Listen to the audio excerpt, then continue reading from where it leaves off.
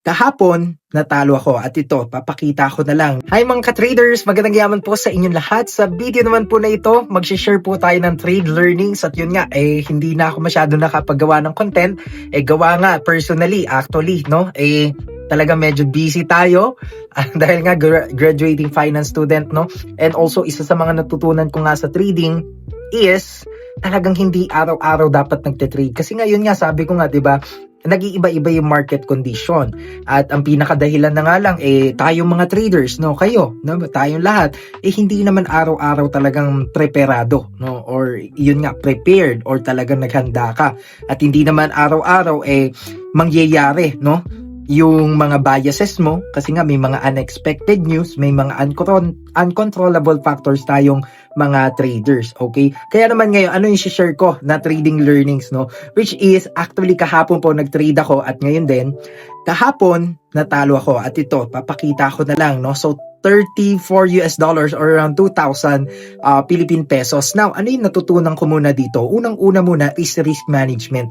Guys, no, tayong lahat, kahit sino ka pa man, kung nag-i-start ka sa trading or talagang nagte-trade ka na, pinaka-main ruling pa rin yun nga, no, risk management. Number one, ilagay mo lang yung pera, no, na talagang may peace of mind ka pa rin kahit na masakit, syempre, lalo na kung malaking pera yan, damaging talaga yan sa iyong physical and mental health, no.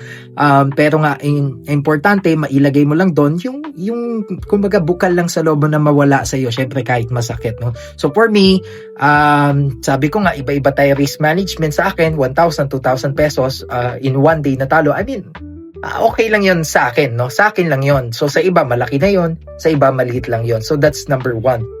Number two na natutunan ko nga is, syempre, no, kapag ka nag-loss ka, importante that you recalibrate. Importante that you reset. Anong ibig sabihin nito? Kasi syempre, pag tayo may mga losses sa trading, talagang gusto nating bumawi, no? Gusto nating maibalik. Halimbawa kasi, panalo ko na yon, dapat mag-trade ulit ako para maibalik yung panalo ko, no, or yung natalo ko, 'di ba? So kung yung amount na yon talagang galing sa iyong pocket, no, ibig sabihin losses siya, kailangan mo mabawi. Yun ang line of thinking ng karamihan, no, kapag ka nagte-trade sila. So kaya importante mag-isip ka muna ng maigi, no? Paano ka magre-revenge trading in a good way, no? In a positive manner and way, or in the right way na sinasabi natin, yun tama, no? Babangon ka, babalik ka, babawi ka, pero sa tamang paraan. Hindi yung natalo ako ng gantong exam amount and kailangan babawi ko siya today, no? Or within this hour, or within this trading time. So yun po yung mali na ginagawa ng mga traders na unang-una, no, nilalagay nila yung mga hindi nila kayang mawala sa kanila na amount, and number two, pag nawala na yung amount na yun, sa kanila hahabulin, babawiin, no? And sa trading, napakahirap maghabol, di ba? Parang naipit na yung position mo, so hahabulin mo yun, di ba? Hintayin mo yun hanggang sa tumaas ulit siya or mag-break even ka, di ba? So kaya yun pangalawang natutunan ko. And lastly, pangatlong natutunan ko is yun nga, kailangan bago ka mag-trade talagang prepared mo, no? Plinano mo, kasi nga parang na-FOMO ka lang, 'di ba? O bakit natatalo? Walang plano, walang consistency, walang discipline.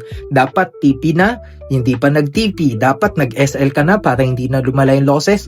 Wala na, okay? So ako naman, by the way, no, yung stop out dyan is, kumbaga, yung $34 na yun nga yung bukal sa loob ko na mawala sa akin or matalo ko within that day, no? Kaya ibig sabihin kahit stop out yan, yung at the end of amount yun pa rin yung tinitignan ko, okay? Ngayon, final result, actually, yan, no, nakabawi naman tayo, which is, plinano ko po yan today.